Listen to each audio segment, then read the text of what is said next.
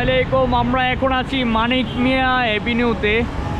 আজকে 17 ডিসেম্বর 2024 বিজয় উল্লাস করতেছি আমরা বাংলাদেশের প্রত্যেকটা মানুষ। গতকালকে এই জায়গাটাতে কনসার্ট হয়েছে, হাসান আসছে, হাসান ভাই, জেমস, মানে আরও অনেক শিল্পীরা আসছিলেন। আমার বাসা এই মানিক মিয়ার কাছেই আমার বাসা। আমি চেয়েছিলাম গতকালকে আসবো কনসার্ট দেখতে, কিন্তু আর আসতে পারি নাই। একটা ঘটনা শুনেছিলাম যে এখানে নাকি 3টা শিশু বাচ্চা মারা গিয়েছে। কিভাবে? মানে এত মানুষের ভিড় বা চাপ, এই মানুষের ভিড়ে বা চাপে এই ছোট বাচ্চারা স্ট্রোক করে মারা গিয়েছে। তারপর আমি আর এই কনসার্টে আসি নাই।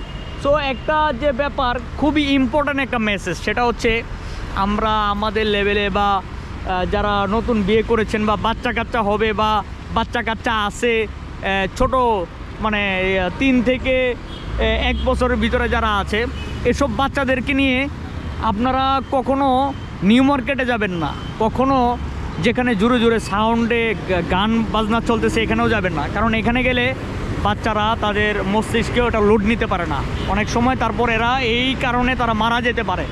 তো এই ব্যাপারটা আপনাদেরকে সচেতন করার জন্য আমি এই ভিডিওতে এসেছি। আর আরেকটা যে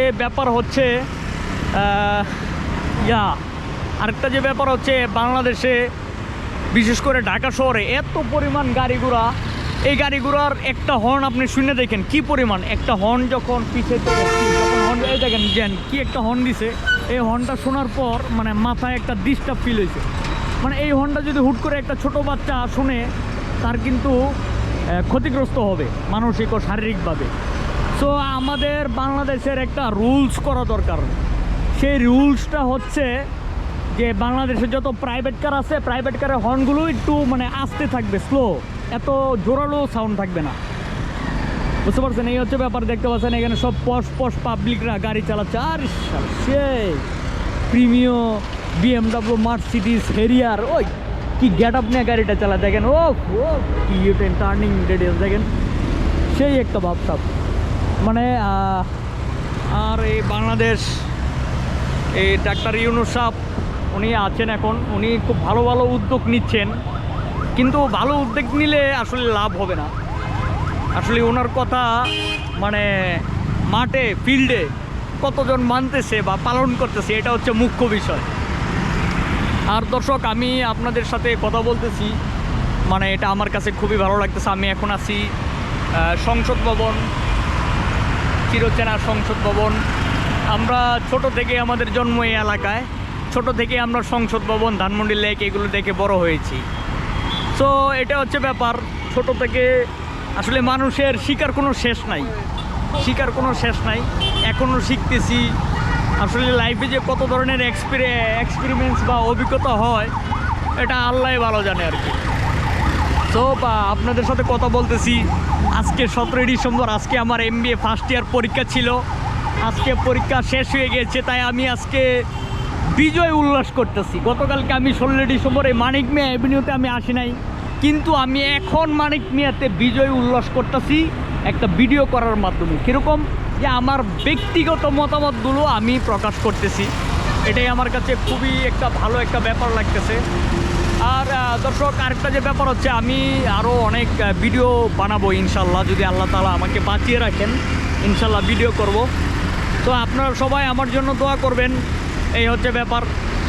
আর আপনাদেরকে একটু ফুটেজটা দেখাই, এখানে বাস গাড়িগুলো কীভাবে টার্নিং করে দেন।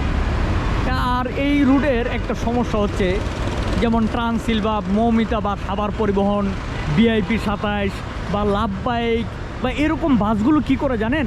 এই বাসগুলো এরা যাত্রী ওঠানোর জন্য রেস করে, কে কার আগে যাবে, কে কার আগে গেলে কত যাত্রী পাবে, এগুলো তারা এস্টিমেট করে।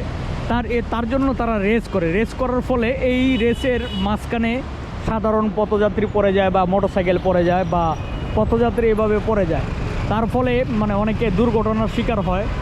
এই ব্যাপারগুলো আমাদের একটু সচেতন থাকা খুবই জরুরি। দর্শক, আপনাদের সাথে আমি এখনও যে কথা বলতেছি খুবই ভালো লাগতেছে। আর এখানে যে একটা ব্যাপার হচ্ছে, আগে মিরপুর বা শ্যামলী থেকে যারা আসতো নিউ মার্কেটে যেতে চাইতো ওরা কিন্তু আগে সোজা চলে যেতে পারতো। এই সিস্টেমটা ভালো করছে, এখন মানে জ্যাম লাগে না। কিন্তু এই দিক দিয়ে যারা ইউটার্ন নিয়ে যাচ্ছে তারা কিন্তু ইজিলি মানে 27 নম্বর রোডটাতে চলে যেতে পারতেছে। তো এই হচ্ছে ব্যাপার। আমরা ডাক্তার ইউনূসকে সাধুবাদ জানাই। ডাক্তার ইউনূস সাহেব আশা করি আরও ভালো ভালো উদ্যোগ গ্রহণ করবেন বাংলাদেশের জন্য, বাংলাদেশকে কিভাবে ডেভেলপ করা যায়। তো আরেকটা যে ব্যাপার হচ্ছে, আমরা জানি যে বাংলাদেশের প্রত্যেকটা পলিটিক্যাল পার্টিরা মানুষের ব্রেন ওয়াশ করে, ব্রেন ওয়াশ। এটা আপনি আমি চিন্তা করার মতো এই ব্রেনে ক্যাপাসিটি নাই। আমরা আরেকটা চাইলে পারি, সেটা হচ্ছে যে আমরা যদি চাই যে আমরা আমেরিকা থেকে একটা লোককে নিয়ে আসবো, তাকে আমরা প্রতি মাসে $10,000 খরচ দিব। সে ডিসিশন মেক করবে এবং তার কাজ হচ্ছে বাংলাদেশকে আমেরিকা বা কানাডার মতো আরও কীভাবে ডেভেলপ করা যায় সে এগুলোর প্ল্যান দিবে। প্ল্যান আমরা বাড়ি বানানোর সময় আর্কিটেকচার ফার্মের কাছে যাই না, স্থাপত্যর কাছে যাই যে ভাই আমার বাড়িটা বানাবো, একটু ডিজাইন করে দেন। তো এই হচ্ছে ব্যাপার। আপনাদের সাথে আমি অনেক কথা বলে ফেললাম। ভুল ত্রুটি ক্ষমা সুন্দর দৃষ্টিতে দেখবেন। আর আমরা যাই করি নাই করি, আমার 1 কোটি টাকা আছে, আপনার আছে 50 কোটি টাকা, মানে এগুলো লাভ নাই। সকল প্রশংসা একমাত্র মহান আল্লাহ পাক রাব্বুল আলামিনের। সকল প্রশংসা, all praises are belong to almighty Allah, not this chatterbox, not any one person. All praises are almighty Allah. তো আমাদের মরতে হবে। আমরা ছোট থেকে বড় হচ্ছি, এখনও যে আছি, এই দেখেছ আমি এখন দাঁড়িয়ে আছি, এই জায়গাটাতে দাঁড়িয়ে আছি। আমি যদি এখন এখানে লাফ দিয়ে একটা বাস যদি আসে, এর সামনে যদি আমি পড়ে যাই, আমি মারা যাব। আমি মারা গেলে কিন্তু আমার খেলা এখানেই শেষ। কিন্তু আমার ব্যাংকে যে মনে করেন যে টাকা আছে, বা আমার মানিব্যাগে যে টাকা আছে, বা আমার যে গোপ্রো অ্যাকশন ক্যামেরা আছে, এগুলো কে নেবে ভাই? এগুলো তো আমি আর কবরে নিয়ে যেতে পারবো না। এভাবে আমরা থিঙ্কিং করি না ভাই। আপনি কোটি কোটি মিলিয়ন ডলার কামাইছেন, কোটি টাকার মালিক আপনি একটা রিক্সাওয়ালারে দেখা যদি বলেন এই রিক্সা এদিকে, আপনি কিন্তু বৈষম্য করে ফেলাইতেছেন। আমি ডাক্তার ইউনূস, একটা রিক্সাওয়ালা, একটা সুইপার, একটা মেথর, all are equal. We Bangladeshi people all are equal. Doctor ইউনূসেরও 5 পয়েন্ট, একটা রিক্সা চালক, একটা সিএনজি চালক, একটা বাস চালকেরও 5 পয়েন্ট। এই ব্যাপারটা আমাদের মাথায় রাখতে হবে, এটা আমরা ভুলে গেলে চলবে না। আমরা সকলে মিলে বাংলাদেশ। এখন অনেকে হয়তো পারে আমি এখন আছি, আমি আসলে মিরপুর কলেজে পরীক্ষা দিয়েছিলাম। আমি মানে দৃষ্টি আকর্ষণ করার জন্য আমি কিছু কথা, এরকম রিলেটেড কিছু কথা পরীক্ষার হলে বলতে চেয়েছিলাম, কিন্তু বলতে পারি নাই। একজন স্যার আমাকে মানে আটকিয়ে দিয়েছেন। স্যার আমাকে বলতেছে যে কি আবেগ বেশি হয়ে গেছে। যাই হোক, পরে আমি স্যারকে সরি বললাম যে সরি স্যার, আমার ভুল হয়ে গেছে, আর করব না। সো যাই হোক, আমি পরীক্ষা হলেই পরীক্ষা হলে স্যারেরা, পিএইচডি ডক্টরেট করার স্যারেরা যেভাবে গার্ড দেয়, যেভাবে মনিটরিং করে, যেভাবে অ্যানালাইসিস করে, পর্যবেক্ষণ করে, এভাবে আমরা যদি আমাদের অপরাধগুলো অ্যানালাইসিস করতাম, টিকটকগুলো বন্ধ করে দিতাম, এই যে ভিডিও কলে যে কথা বলে বিয়ের আগে মেয়েরা, এইগুলো যদি এইভাবে যদি শিক্ষকরা যে গার্ড দিতেছে, এভাবে যদি আমরা গার্ড দিতে পারতাম, দেশটা খুব সুন্দর হয়ে যেত, সুন্দর। আমরা নামে মুসলিম, কামে না, আমরা নামে মুসলিম। দেশ বা চলার জন্য মদিনার সনদ জানতে হয়। মদিনার সনদ কি আমরা কিছুই জানি না। দর্শক, খুবই ভালো লাগছে আপনার সাথে আমি কথা বলতেছি। আপনাদের দর্শকদের উদ্দেশ্যে আমার একটাই কথা, শেষমেশ একটাই কথা, সেটা হচ্ছে সকল প্রশংসা একমাত্র মহান আল্লাহ পাকের। আমরা আল্লাহ তাআলার ইবাদত করব। হুজুর আকরাম সাল্লাল্লাহু তাআলা আলাইহি ওয়াসাল্লাম, ওনার ওপর বেশি বেশি দুরূদ ও সালাম আমরা প্রেরণ করব। এ হচ্ছে ব্যাপার। সো দর্শক, আপনারা ভালো থাকবেন, সবার সুস্বাস্থ্য কামনা করি। আজ এ পর্যন্তই। আপনাদের সাথে আবারও দেখা হবে অন্য একটি ভিডিওতে। আসসালামু আলাইকুম। কত ভিআইপি গাড়ি দেখতে দেখছেন? Toyota RAV4, Premio, Toyota Hilux, Toyota Harrier, তারপর Leguna. BRTC, Allion, Toyota square, Toyota Fielder, Toyota অ্যাকোয়াড, Mitsubishi Pajero sports, CNG, Toyota Axio, Toyota Harrier latest model, Toyota Allion 11-12 model, Nissan Sunny Premio CNG.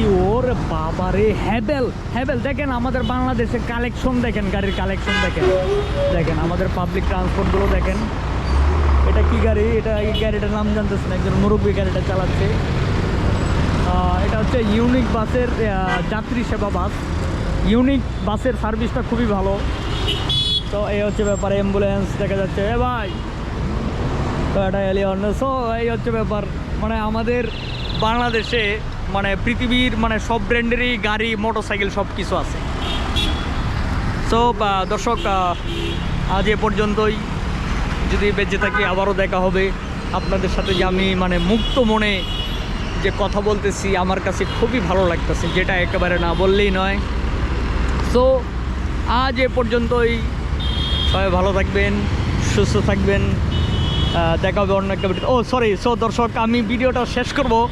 আমার এক ভাই, শ্রদ্ধেয় বড় ভাই আরমান ভাই।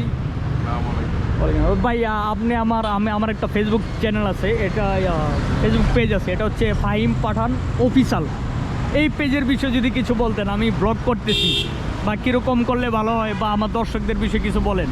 ভাইয়া নতুন ব্লগার, খুব রিসেন্টলি শুরু করছে, তো আমরা ভাইয়ের জন্য দোয়া করি। ভাই এখন মাত্র শুরু, আস্তে আস্তে আরও ইমপ্রুভমেন্ট করবে ইনশাল্লাহ। ভাইয়ের জন্য দোয়া রইল। ওকে।